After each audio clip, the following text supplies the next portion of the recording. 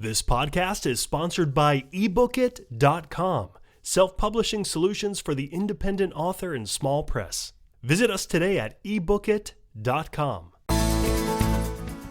Welcome to the Toastmasters podcast, the official podcast of Toastmasters International. Hello, everybody. This is Greg Gazin. And I'm Ryan Levesque. Ryan, I guess we're going to continue our tradition. Another special guest today. Yes, Greg, this is one I have been looking forward to for a while now, since August, to be exact.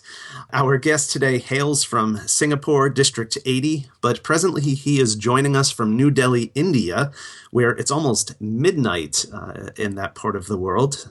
This gentleman, as I shared with him before we started recording, is a champion in more ways than one for being willing to record with us at that late hour. The guest is none other than the 2016 World Champion of Public Speaking, Darren Tay. Darren, welcome to the podcast. Welcome. Hi, everyone. Hi, Greg. Hi, Ryan. Thank you for having me. Thanks so much for joining us, Darren. To get us started, I would love to meet the man behind the trophy. So can you start off by telling us a little bit about yourself? I know you joined Toastmasters in 2009. Why did you decide to join, and what were you doing at that time? Give us a look at who is Darren Tay. Sure. I joined Toastmasters sometime in the year 2009, and I joined while I was serving the nation, because in Singapore, all males would have to serve the nation, national service, for 1 year, 10 months to 2 years. At that point in time, I was still serving the nation during that 1 year, 10 months period, and I thought, what better way to make use of my time than to join a Toastmasters movement and to hone my effective communication skills. In fact, it wasn't just about standing in front of a crowd and then practicing my public speaking skills. More importantly, it was to hone my interpersonal communication skills. How to walk up to a stranger, exchange pleasantries, sustain a conversation, and after which exchange contact details. So that's the valuable skill that I wanted to acquire at that point in time. Was that something that you struggled with, Darren, or was it a skill that you wanted to just take to another level of effectiveness, perhaps for your career or for your social life? Tell us a little bit of the story behind that. Sure. In fact, to be quite honest, at that point in time, I was considered a shy individual off stage. So on stage, I would be comfortable speaking, I'd be quite confident given my prior debate and public speaking training in high school and in college. But when it came to meeting up with someone that I've not met before and how to start a conversation and sustain a conversation, I found that to be quite a difficult undertaking. So I joined Toastmasters not with a very competent set of interpersonal communication skills already, but I would say starting from close to zero and then building up those interpersonal communication competencies. But you were in law school. Wouldn't you need to have those skills already? Yeah, so I wouldn't say it's absolute zero, but the National University of Singapore, we do have a component called class participation. Although admittedly that class participation component is not a huge component in the grand scheme of things. So there was still a great weightage on, say, the academic side of our law studies. And that's why I think that is one area that we are still lacking. And I thought of honing my interpersonal communication skills, notwithstanding the fact that I was in law school. Right.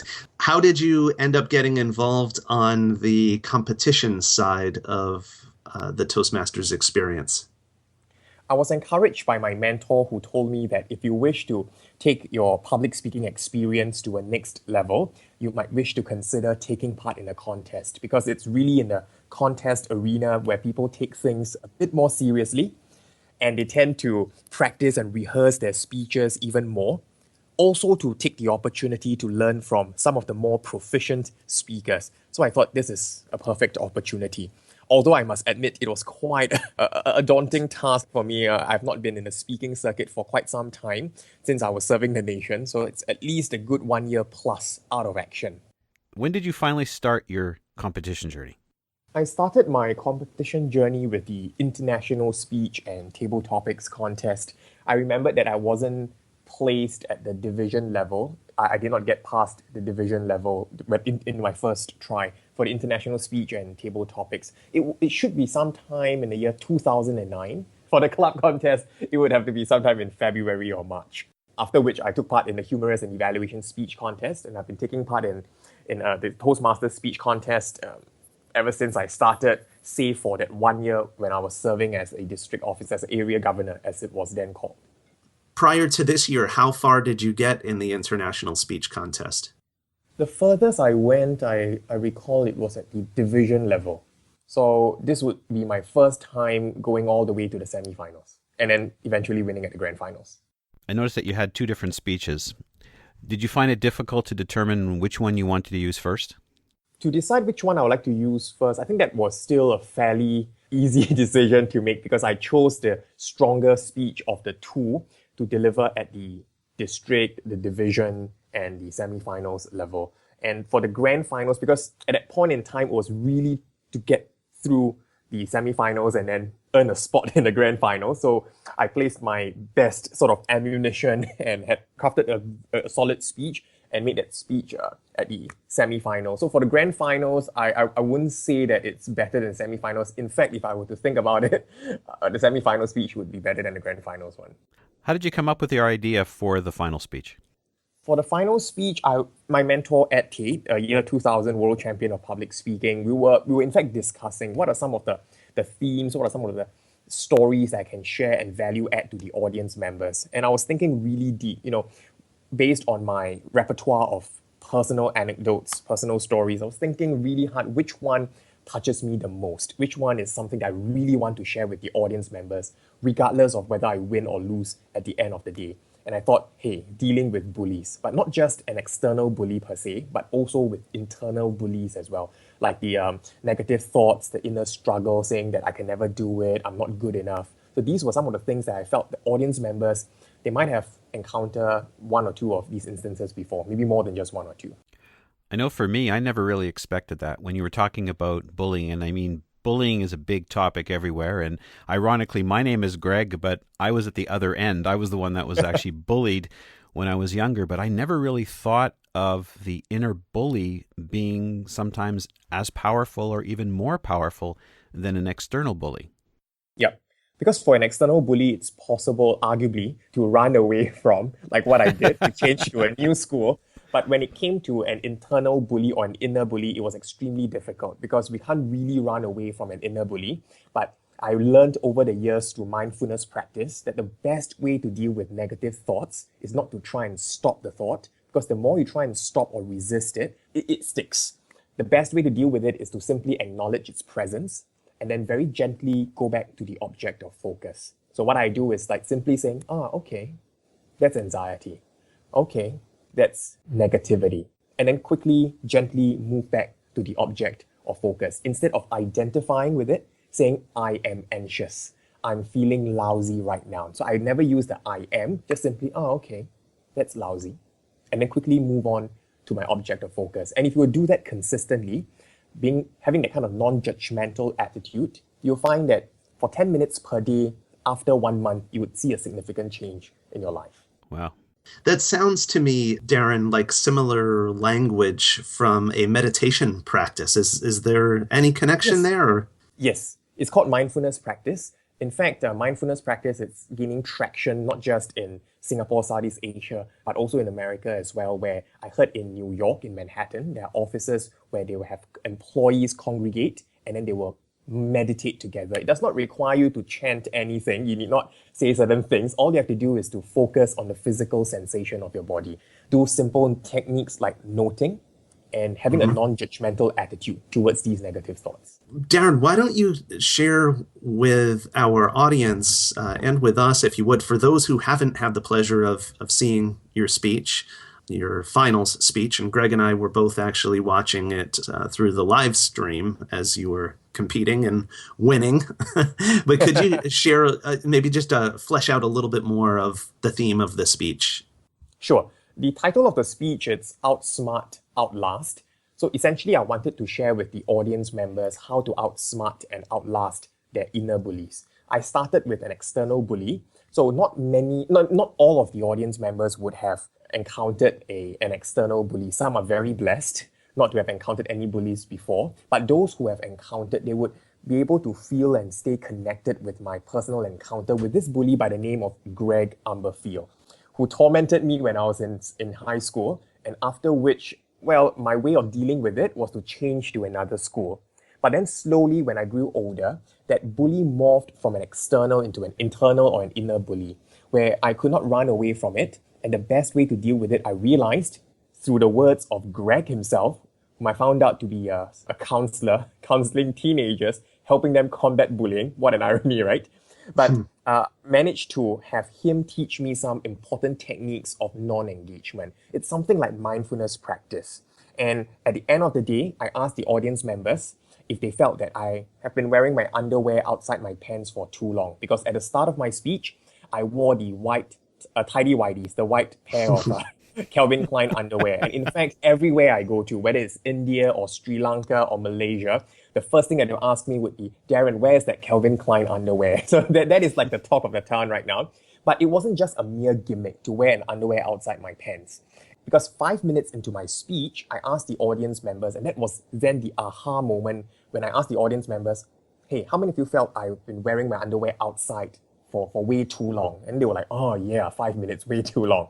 And after which I said, if you felt 5 minutes was long, how long have you been wearing your invisible underwear outside your pants? How long have you been allowing your inner bully to take charge of your life? And that was when I heard the audible, ah. So that was the moment I knew that the audience members understood my message, that yeah, they themselves have been bullying themselves for quite a while. And the best way to deal with it is through non-engagement. I guess you never get asked boxers or briefs, do you? No. In fact, I was choosing whether to wear a black pair of Calvin Klein underwear or a white one, because I got those briefs at the warehouse sale, outlet park, I think, San Francisco, before I went to Washington, D.C. And at Tate, my mentor told me that, you know, if it's going to be an underwear, it has to be tidy-whities. It has to be white in color, no black, no gray. Right. Tidy-whities, love it.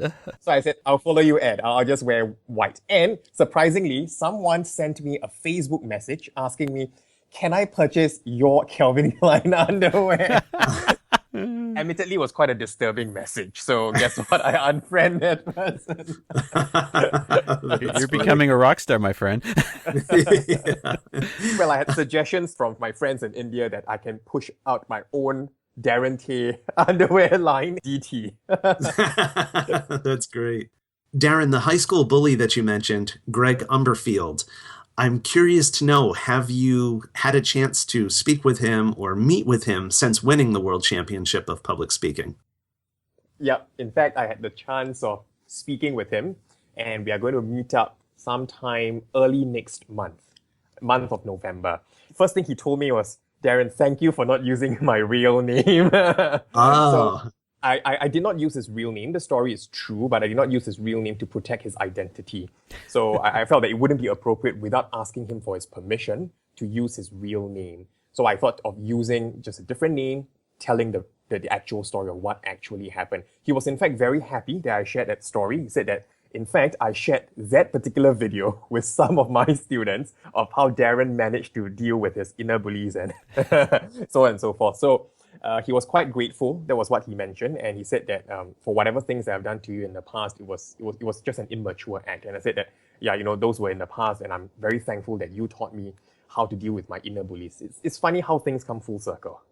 Is his name totally fictitious, or is his first name Greg? No, his first name is not Greg. Yeah. Is your name Darren Tay? Yes, that is correct. Okay. Just want to make sure we have that for the record. Yeah. Darren, you mentioned a few times the role of Ed Tate as your speech coach and mentor, and you gave him a shout out in your what I'll call your acceptance speech after winning the World Championship. Could you share a little bit about that relationship and how mentoring played a role in improving your speaking and ultimately winning the competition? Yes, Ed Tate, in fact, is an amazing person. And I say this from the bottom of my heart because for me, I've been brought up in a family where we have been taught to show gratitude and appreciation for the people that have touched our lives and my life. So Ed Tate is someone that he's very humble. He's an extremely experienced individual. And when I connected with him, he said, Darren, I think we are a good match. You have the talent and I think I can value add. Let's, make this work. He has been working with me since, I think about 2 months prior to the World Championship of Public Speaking Grand Finals. And we have been Skyping for about an hour each time, and it's once a week until it was 1 month prior to the semi-finals, and we Skyped more often.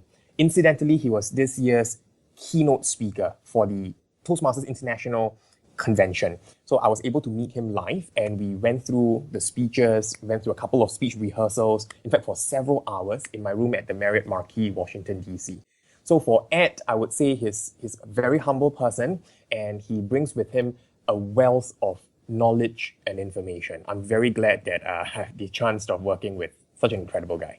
Yeah, the world champs have been really, really great in terms of helping speakers get to the next level and help them with their speeches. They're pretty awesome.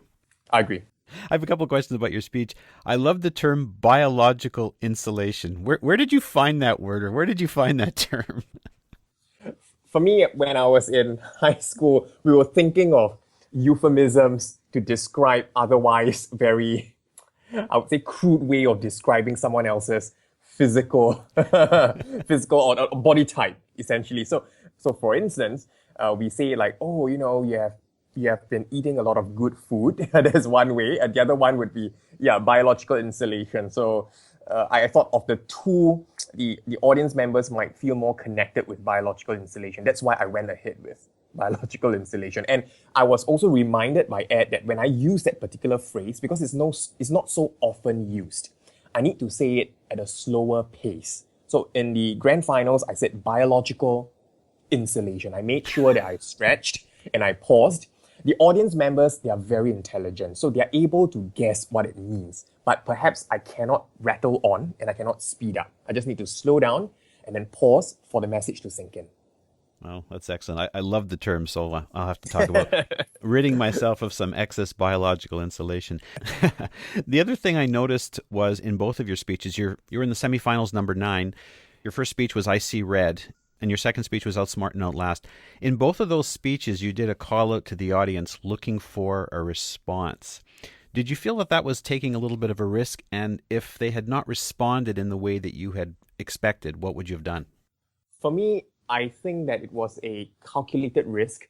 It's worth taking. And it all boils down to how you actually ask it. Because if you raised your tone a little bit more, like for example, what I did was, if someone says, I see red, what do you think the person is feeling? The person is probably feeling, and then when I say it in that way, when I increase the intonation at the final word, the audience members, they are very likely to respond. And how did I know that at that point in time? I tested my speech. I went to different Toastmasters club, I tried it out, and most of the time, if not all, they responded. And I had a backup plan. In the event that the audience members, they don't respond, what I will do is I will say it anyway. In fact, for the grand final speech, I also wanted to get some kind of audience participation. So what I did was, again, I increased the tone at the last word, and the audience members, they supported. Yeah, if people want to hear that speech, you can certainly subscribe. You can still get it. You can subscribe to Toastmasters on Demand, and it's Speech Finals number 9. I wanted to go back and listen to it because it had been a couple of months, and it was also a very powerful speech. Definitely. Darren, can you tell us a little bit about your work professionally? I know you are a scholar of the law, as we alluded to earlier, but I know you also have a role with the Public Speaking Academy. So maybe you could tell us about both of those. Sure. I started my Bachelor of Laws as an undergraduate in the year 2010 at the National University of Singapore. And at the same year when I started, I thought, hey, since I'm very passionate in public speaking, is there a way that I can continue to make a difference to others and make it like a co-curricular activity? So I decided to set up a Public Speaking Academy, which is a business entity in Singapore. And I went down to schools and corporate organizations to do training. Initially, it was for free because I felt that, hey, it's something that I can value add to others. And I'm very happy whenever I take the stage. And after a while, when more and more schools asked me to come down, and that's where we started to charge a small fee for our gig and for our training programs. I did this while I was still studying in NUS Law School. It wasn't easy at all.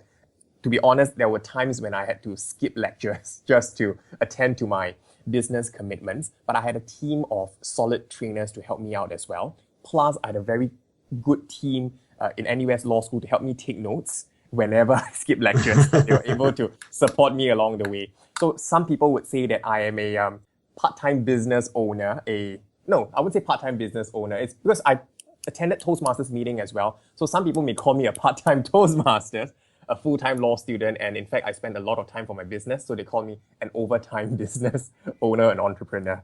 Yeah, it was tough juggling these three various commitments. And after my bachelor's degree, I thought, hey, since I'm in the momentum, why not just study for one more year? Next time around, if I wish to teach law, I can do so. So I decided to take a Master of Laws at the National University of Singapore as well. And that also gave me some time because I set up my own learning center, and then we welcome members of the public to join us for public speaking training. So if you've already been working on overtime already, I can imagine how much your life has changed since being crowned the 2016 World Champion of Public Speaking. So you're busier than ever? Yeah, I'm getting busier and busier, but it's a good problem to have. In fact, what some of my friends told me, because I'm very humbled by the win, and have been invited by several corporate organizations as well as the districts in the Toastmasters International Movement to go over to their conferences and speak. So from now until December, I'll be traveling to about 10 to 11 different countries to speak. And indeed, it's going to be very, very busy, but it's something that I love and enjoy. Every morning when I wake up, I just feel that, hey, this is something I really want to do. I feel extremely energetic. After you put on your suit and your briefcase and you have your neighbor talking to you. Yeah. Is she still watering your plants? Yeah, on and off. She's helping out. Darren, it's been quite a journey for you. What's your big takeaway from this experience? The biggest takeaway from this particular experience is at the end of the day, when I've achieved my dreams, when I've achieved and accomplished my goals, it's to continue to remain and stay humble. And I'm very, very happy that many Toastmasters that I've met and encountered after winning the 2016 World Championship of Public Speaking, they came up to me and say that, Darren, while I love you as the world champion, I love you even more as a person because you are still very grounded. And more importantly, you're willing to share what you have experienced so far.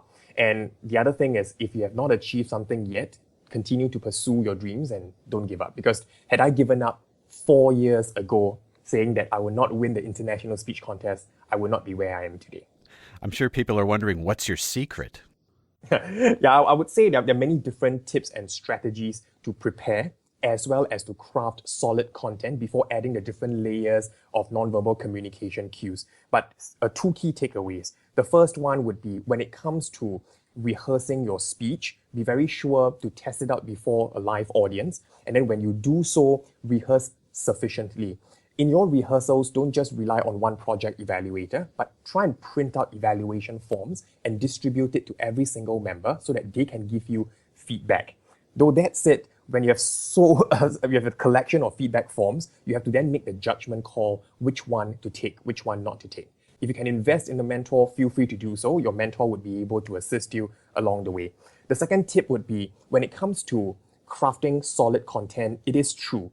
Tell a story and make a point, because we know facts tell, stories sell. But what many people don't tell you is that not all stories are created equal. And there are many different elements in a solid story. For example, you need to have what we call a catalyst for change. For instance, you need to have what my mentor told me at Tate, use dialogue instead of narration. So there are many different techniques that you can employ. And for myself, I've actually devised a sort of top 5 tips of a secret of a world champion. And if anyone would like to download it, they can go to darrent.com. Excellent. Fantastic, Darren. This has been really great speaking with you today, and really appreciate you taking the time to share with us. For folks who want to keep in touch with you or connect with you, what's the best way? Can people find you on social media? Yes, they can. I'm on Facebook. Now, Facebook, my personal page, it has reached the 5,000 friends limit. So unfortunately, I'm not able to accept any more friend requests. In fact, I had about 4,000 plus friends, and after winning the grand finals, immediately there was about 350 friend requests. So there's still a lot of pending friend requests that I couldn't, accept. So I've created a brand new Facebook public figure page. So it's called Darren Tay. And if they search, they will see a very good looking picture of me, of me seated down. And they can feel free to go and like that page. Okay, and that's DarrenTay. Correct. Well, once again, Darren, we just really want to thank you for joining us today, and have fun with this. Enjoy the rest of the year here as world champion. I don't have to tell you that this is a special experience. You know that already, but I'm excited for you and what's to come. So thanks again for joining us. Thanks, Darren. Thank you so much, Ryan. Thank you, Greg. Thank you so much for the wonderful opportunity and any opportunity to help value add and to contribute back to the community. I'm very happy to do so. It's been our pleasure. Pleasure is mine.